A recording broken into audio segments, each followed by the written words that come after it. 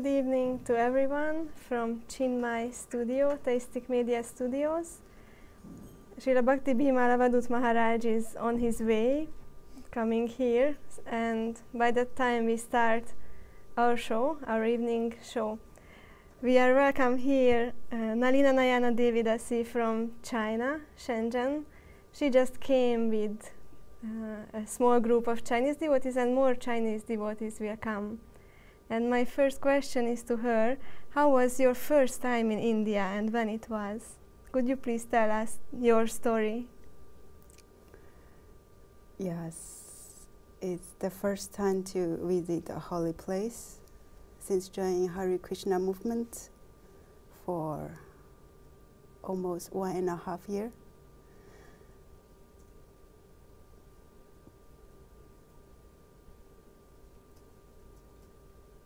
It's like before Indians, we heard a lot from Maharaj, from different devotees, telling different stories of India and the holy places, the culture there. And suddenly we feel like we are totally in very different environment.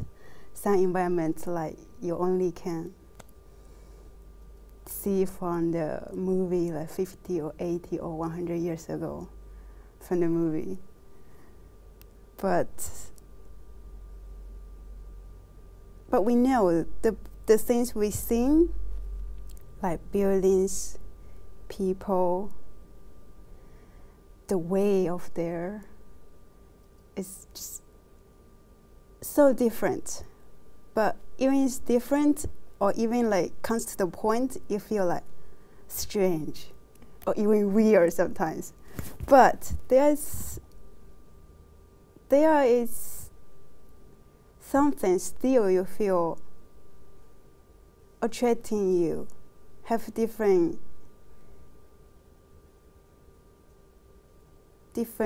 thinking comes out to your mind all the times. And we will stay in India, Vrindavan, about 2 weeks. Mm-hmm. Just like when you walk in the village, I remember the next very early morning. So Madhusudan Maharaj, he took us Hare Krishna to the whole Vrindavan village for 3 hours, like wake up early morning, 5:30 to 6 about, without breakfast. He said, let's go Hare Krishna, just like walk around the village. And then we spent 3 hours walking in the whole Vrindavan. We see a lot of people on the streets, like different temples, very ancient, and have a lot of, look like kind of like Brahmin, or have a lot of, look like beggars, and even the ordinary people there. Like in the very early morning, we see a lot of people on the bank of Yamuna River. People washing there, and some of them quilting, singing, have ceremony, and also, of course, a lot of monkeys there too. And we even see some people just sleeping on the bank of the river. For us, it's like first time seeing this, and for them it's like their life. Day and night sleep there in the very early morning, singing, put some Jambuna's water on the top of the head, praying, and meanwhile also some guests go and come, pass by all the time. It's like a picture, like a puzzles, like one part, monking one part, Brahmin one part, ceremony one part, praying one part. And the temples old. You can see, you can feel the ancient buildings there. Even you don't know the past story at all, but there is something there. So we walk around the whole village. 3 hours, Madhusudan Maharaj told us. We walk over by 5,000 temples. Like, people think it's just a village of Indian. It's a small town. But for us, it's like, no, it's not a village. Like, the whole town, whole village, it's not village. It's, you can call it the whole town. It's like temple. You can feel, you can see they look like ordinary family house, and then like temples. No, just like there's no ordinary house, just temples. But meanwhile, they look like ordinary people to us. Mm-hmm. So this is also, I think this is also everybody feel the same. Like people have, all of us have all the questions all the time. We don't even know how to ask, how to start to ask. But later on, or meanwhile, when you experience it, like you kind of like, okay, this is the way. This is here, temple. People believe God. Their life, it's about this. For us, it's like, oh, this is like a beautiful tourist place. Mm-hmm. But first time that you really see in your eyes, there's people, for them, temple, God consciousness, it's not like when you have weekends, then okay, I like to go to temple for a visit. I like to go there when I feel bad or happy, just to appreciate or ask for something from the God. But then it's just it is. Just like we spend our ordinary life, they spend their ordinary life in temples. So have questions.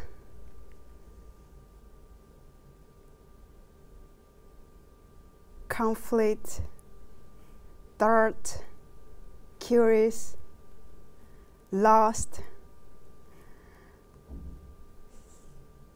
happy, hope. Like all these emotions all the time going on and more. Mm-hmm. But also every one of us, we feel in that place, in that moment, we feel much more real of ourselves. Mm-hmm. Like when you emotionally feel sad or you feel lost, you just add who you are without cover, without clothes. You're just who you are in that moment. You even cry or smile or laugh. You're just expressing yourself who you are. So after the whole trip, we were really very grateful for the whole experience, and Sadhu there, Madhusudan Maharaj there, and also Pujari in Vrindavan temple. Mm-hmm. Every day he sometimes there's no people like attending the arati, but he's like, and then like doing the arati alone, singing alone. That's really encouraged me personally. Mm-hmm. Like he's doing with his heart. This is, yes, very inspired me a lot.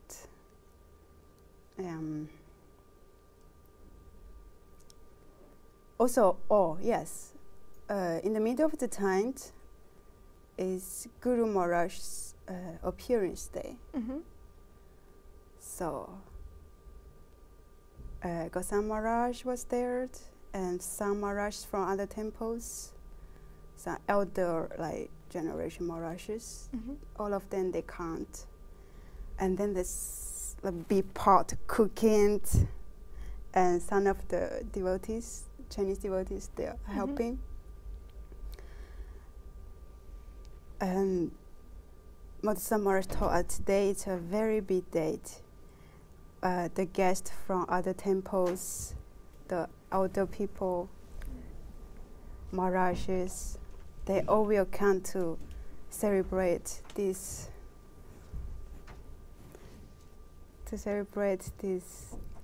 This very auspicious day.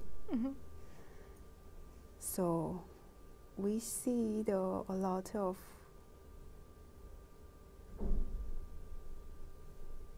Maharajas from other temple, all of them attending there. It reminds me in Chinese tradition, the previous generation, that when one family have something going on, so like big things, whatever, like very happy things or some as thing happened, always there's like families, brothers, relatives, the whole family. It's like family branches. They all will come together. They will send representative to come. So in that time, I always feel it's family. It's like this is like family style of God consciousness, and this is great. It's very different to the other religions or philosophies. When they talk about God, this is like they're very into lineage, generation by generation. It's like a tree. You can trace back. This is this branch, this flower, this is the leaf, but whole things is in one tree. So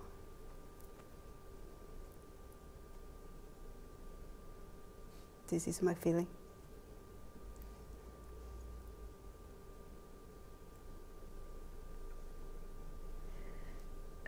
When you went back to China from India, what was the most precious thing you brought with you in your heart?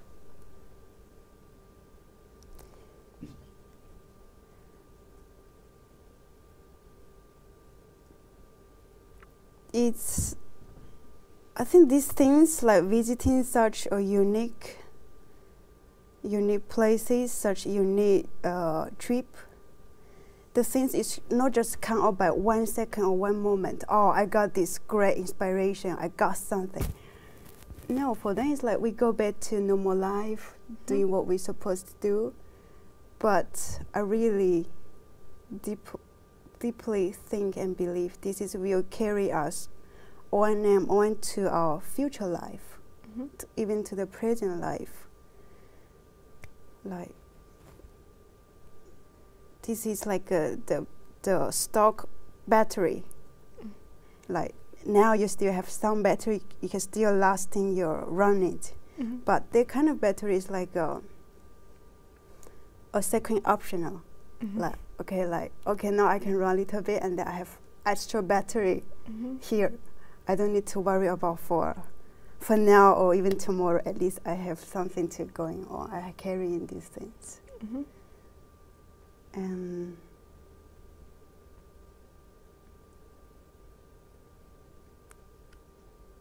also answered a lot of us previous question about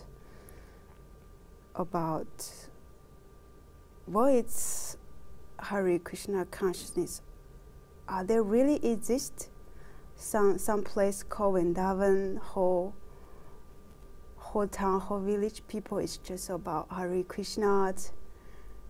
Are there really have that temples, and are there really happen something here before when in Krishna's pastimes? It's like a puzzle. Like you got some pieces from there, and then I don't know in the future what kind of puzzle will be like. But kind of you got some pieces of puzzle. Now I'm bringing back and putting here. Okay, now it's a little bit more things. It's like this feeling. Yeah. And in China, can you share this precious experience with others? Yeah, of course. It's become much more natural. Like it's like become before. It's like you're just like kind of you make up the stories. You just heard from somebody. You never seen it. You never experience by yourself. But now it's like naturally. Yes, because I was there. I was experienced. I see it. I hear it. So now it's we can say become more or nature storyteller. Yeah. Yes. Would you like to go back? Of course. Yes. Oh yes. Also, one thing is very interesting is also he said that like in that place maybe many things you don't like, even some people is bothering you, even the environment you feel very even awkward or very different. But there's the things you go to the other part of the world, you can't get it. For example, people wake up 3:30 in the morning, loudly chanting Lord's name. Like the day start spending complete just about glorify the gods. You can get this in the other part of the world, whole world. So comes to the point. Some people, some place you don't like, but there's the things you want attracting you bigger than the things you don't like. So this is grateful experience. Yes. And now you came here. Is it different when you come here? Is it different when you go to India? Yes, very, very different. It's totally different mood. Could you please tell a little bit more about this? What you experience? There's a Chinese express way, like when the daughter grow up because she need to marry, right? She will marry and then she will move out from parents' house and then live in the other house, other people's house. But it's her home. He was born here. He'll have her families. Here it's her memory, and also he learned from here. I mean, her growing. She spent time here. She got the things from the family. She's from this family. And come back here, it's like that. It's like a daughters when you move out, and then I come back here to visit families, like parents, brothers, sisters, home. It's here, something like this.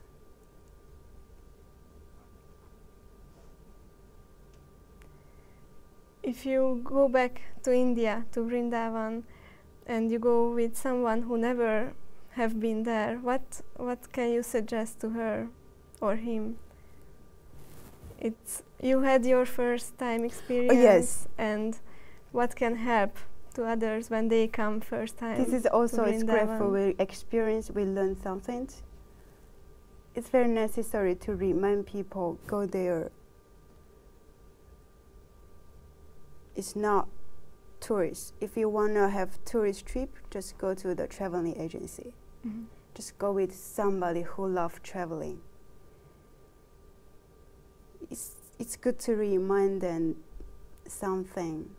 This place, go there. As Madhusudan Maharaj say, with devotion mood, everything will be okay, will be adjust. Mm-hmm. And this is also can overcome a lot of difficulties when you being there, like automatically solve the problems you may will face. So it's just have a little bit notification to our mind. Oh, this is not tourist. It's go there to offer if you can do something, even cleaning. Mm-hmm. Just do something, you will feel much better in that place. Mm-hmm. If just spend the night there, like stay at the temples, it's sure there are many things goes to your mind, and then there's a long process. So just do something. It will definitely make us feel better. Mm-hmm. Yes. What did you do there? What was your seva? My seva? I didn't do seva much, but just observing. Mm-hmm. Observing. Mm-hmm. And also, I like to talk to people, like different people, Mm-hmm. get different piece of information what I like to get. Mm-hmm. It's a like very good chance to communicate with the devotees from all over the world. Like the devotee you only can meet once in your life. Mm-hmm. So why don't just naturally I'm very interested in the people like from other background, other cultures, what they think about it, the same things I am thinking. I like to exchange the experience. Yes. Yes. Just it's a great chance to get unique, wonderful association there. Mm. And you just said that while you were here, in the meantime, your guru, Goswami Maharaj, arrived. Yeah. And was it different to be in a holy place with his divine guidance? Sure. Mm. Very, very different. Yes. Yes, we even talk like privately, like, oh, Maharaj haven't come yet. He haven't come yet. We are like the children, no parents here. This is the expression before he came to meet us. Mm-hmm. It's like you're just there, and then like all the people, the environment there is not for a single person, for you, for like guest or what. Everybody is so concentrated on what they're doing. Mm-hmm. So finally, we are like a passenger and just came here, don't know what to do, don't know what we're going on, what's going on.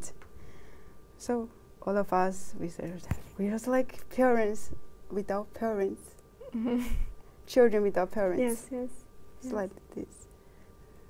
We have the great fortune that our parent, Srila Bhaktivinoda Avadhut Maharaj, arrived, and I'm sure that our viewers are really, really waiting for you. So I would like to invite you to come here, Maharaj. Yes. Okay. And I'd like to keep interviewing Nalina because I was very inspired by her talk. Thank you.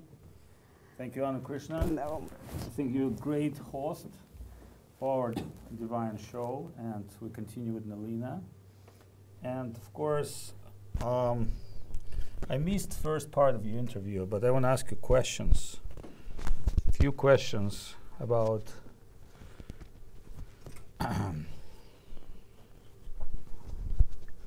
few questions about really being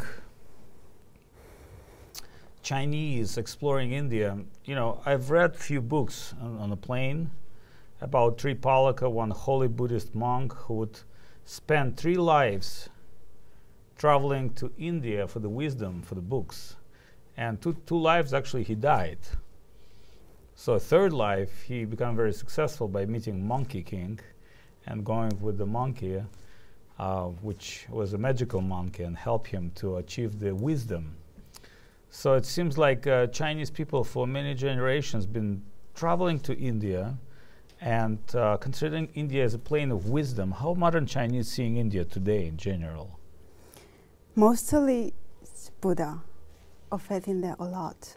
Like Buddha is about being how kind in this lifetime to the living beings, to the environment, to the people, to do the good things. So Chinese people in general still seeing India as a sacred spiritual place? Of course. Even like Buddha is like, Buddha in modern time, it looked like a Chinese culture, but Yes. all of us knows it's from India, yes. Even Indians, like from the modern views, like economics, like could not compare to China. Right. But we know this ancient civilization is come from India. Well, you know, Buddha, according to Sanskrit term called Buddhi, means wisdom, one who possesses wisdom. And I think wisdom has been very deeply honored in China. Chinese people, they respect wisdom, naturally respect wisdom. But how for Chinese people to relate that Buddha is also Krishna? He's beautiful, he's dancing, because, you know, Buddha and Krishna are the same person, but different function. So Krishna, actually Buddha is avatar of Krishna, but in Krishna consciousness, you'll see God who dance, who play flute, who has family, who's engaging in, you know, beautiful pastimes with the gopis and the cows and the environment. Does it kind of like resonate with Chinese people in general? Yes, even that, I think the first, it takes some steps. It's just not that things could do everything in one step. Like first, just identify very clearly who is Buddha. We have like first step, clearly identification of Buddha, like step 2, step 3. Eventually, I think it will. Okay, so what you're saying is, you know, some people think Buddha is ordinary human being, but some people think he's God. So if you can identify him as a God, then you can understand the God can have different forms, different functions. Is that what you mean? Yes. Okay, that's so that's because before I got in touch Hare Krishna consciousness, I was Buddhist. Of course. I really love like Buddha's teaching. Yes. And I don't consider he's a religion. I think he's a great teacher. Yes. There's some questions I'm looking for. I received many answers from his teaching, but I still have some questions just could not answer from the book. Yes. From the philosophy of Buddha. Yes. So, but when I come to the Hare Krishna consciousness, it's automatically answer a lot of my questions even I don't know how to ask before. So that you're trying to say that you have a heart and soul question, which is always seeking inside of yourself, and once you connect with Krishna consciousness, the soul hunger is being fulfilled. Yes. Well, and that's very beautiful. But I want to ask you some tricky questions. You from, you know, ancient family that deal with the tea culture, and you're tea master, and you've been traveling to mountains and collecting all kinds of teas. Is that correct? Well, you don't have to just say yes. Okay, yes. No, I mean, because we know that you were working with teas in previous, I mean, still doing it, but previous you experienced a lot of tea. Going from China to India, actually the tea came from China to India, but how you rediscover tea in India? I didn't recover tea in India. No, well, you've seen how they making tea with milk and sugar and so many spices. Yes. I didn't go to their point. I just think, oh, okay, this is just like their traditional drink. But like, well, first of all, like, you know, the religious came from India, but the tea came from China. Was you a little proud that all India loved to drink tea? That's a gift of China to the world. I didn't think too much. It's just, I just respect what they are doing, who they are. I didn't think too much for the tea point. No, well, that's why I'm asking you now. Like, because it's such a different concept. For I don't call them tea. It's just milk drink for me. So I didn't put them like fully compare or trying to find out what is different. Yeah, that's what I want to try to get from you. So you don't consider this Indian way of doing chai. You don't consider it as real chai. You're thinking it's kind of like Indian way to applying different conversations. Yes. So, you know, it's a tricky question because look, as you see something original came from China and becomes something else in India, do you think sometimes some ideas can come from India in a very original form and then in other places they can become something else, which is not really that? I'm talking about religion. I think it's possible. It can. Yes, I think so. So what I mean is that I think now when you said in previous interview that you seriously felt and you believed and you want to keep this as original feeling that you've got in Vrindavan, that sacred place, and sometimes maybe you talk to people and something different becomes in their mind.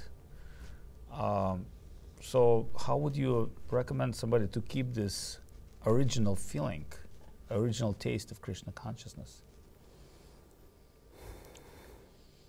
I think this is beyond